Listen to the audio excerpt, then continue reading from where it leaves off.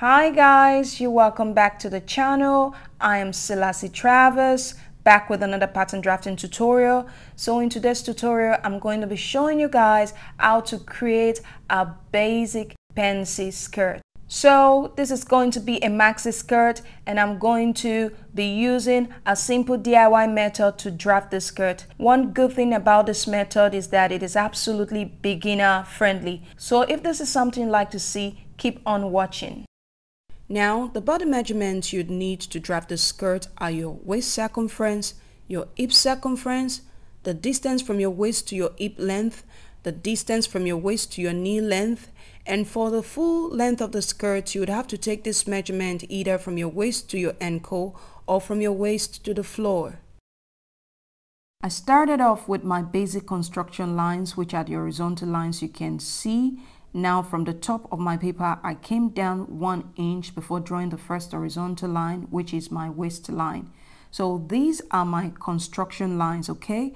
Now the first line is my waistline, the second line is my hip line. To get your hip line, you need to take the distance from your waist to your hip. Mine is 8.5 inches.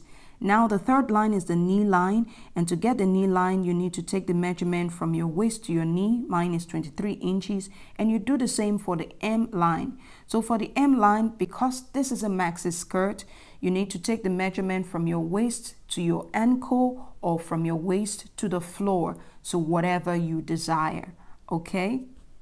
So because this is a simple DIY, I'm going to be using one pattern to cut the front and the back of the skirt, okay? So for the back of the skirt, I'm going to come in 1 inch from this edge of my paper and draw a vertical line. Now this 1 inch space is going to be the zip allowance for the back of the skirt, okay? Taking you through the construction lines, the first line is the waistline, second line the hip line, the third line the knee line, the fourth line the M line.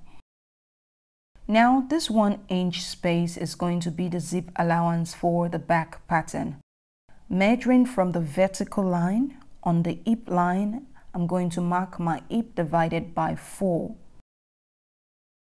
Moving on to the waistline, I'm going to measure in from the vertical line, my waist divided by 4 plus 2 inches for dart. I'm using 2 inches because I want to have 2 darts on the front and 2 darts on the back. That means the whole circumference of the skirt is going to have a total of 8 darts.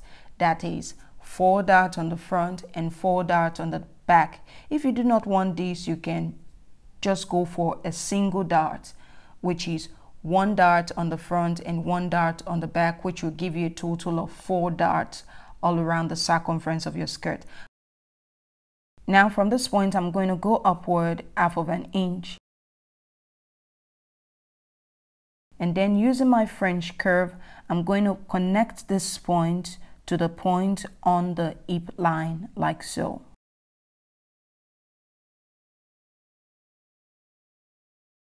Now I'm going to take the measurement of what I have on the hip line and subtract 2 inches and mark that measurement on the knee line. So because this is a pencil skirt, that's why we are subtracting 2 inches. And by the way, you can subtract a minimum of 1 inch to a maximum of 2 inches, okay?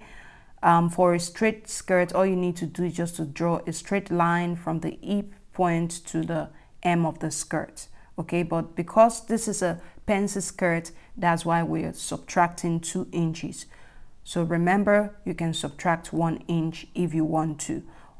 Now I'm going to take the measurement of what I have on the knee line and then subtract 1/2 inch and mark that measurement on the hem of the skirt like so, okay? So remember, we are marking this measurement from the vertical line, okay?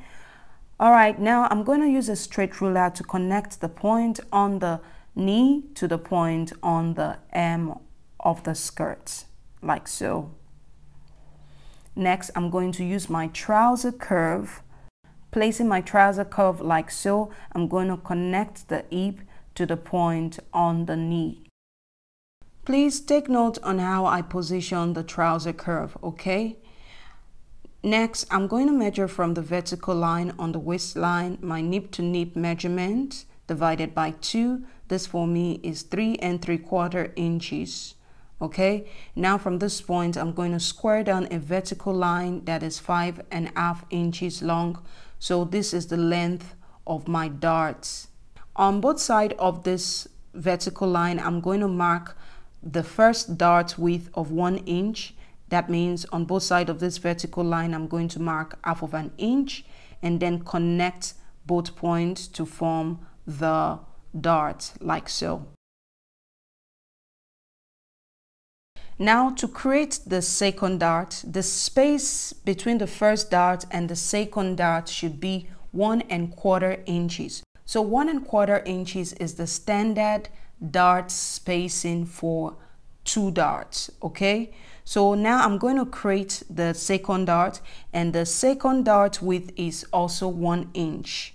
So from the first dart leg, I'm going to mark my dart spacing. Now from this point, I'm going to plot the second dart. Okay, so do make sure the space between the first dart and the second dart is 1 1/4 inches. And by the way, you can make your second dart shorter on both the front and the back, or you can make them of equal length. But if you want one of the darts to be shorter, then the dart that is close to the side seam should be the shorter dart. Okay, now that I've drawn the second dart, I'm going to use my French curve position like so, and then I'm going to redraw the waistline. It is advisable that you fold the darts before drawing the new waistline.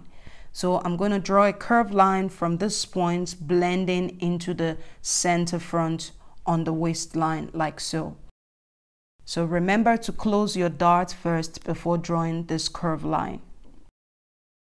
Now you can use this waistline for both the front and the back of your skirt, but what I do like to do is to lower the front waistline on the center front with 1/2 inch to 1 inch. So this is totally optional. What this does is to help eliminate that fold, you know, that annoying budge you get on the front part of your skirt. It just helps to minimize that fold. Okay, so once you come down either 1/2 inch or 1 inch on the center front, you take your French curve and draw a curved line from the point on the side seam, blending into that new point on the center front of the skirt pattern. Now for the ease of movement, you would definitely need a slit on the center back of your skirt. Now to create the slit, you can come down anywhere from 6 inches to 12 inches below the hip line. Okay, but do note that for the ease of movement, your slit must start above the knee line, especially for a pencil skirt. Make sure your slit starts above the knee line. Okay, so right now guys, I'll go ahead and add my seam allowance all around the skirt. So I added seam allowance to the waistline, seam allowance to the side seam, and hem allowance on the hem of the skirt. And guys, this is my finished pattern. So at this point, you want to cut out this pattern and save it for future use. Do let me know if you try out this method, if you like the fit. Okay, and this brings us to the end of this tutorial. Thank you for watching. Do make sure you like this video, leave a comment, and subscribe to the channel. Thank you once again. I will see you next time. Bye-bye. I want to be the one to hold you tight. Let me be the one who will treat you right. But you on the spot, let me see you light. Yeah, yeah. Let me be the one who take your time. Tell you what I do when the feeling's right. Make you a better man. Would you let me call you? Let you know I want you. Place no one above you. Would you let me call you? Let you know I want you. Place no one above. Would you let me call? Would you let me text you? Wanna be next to you every day and night. I wanna be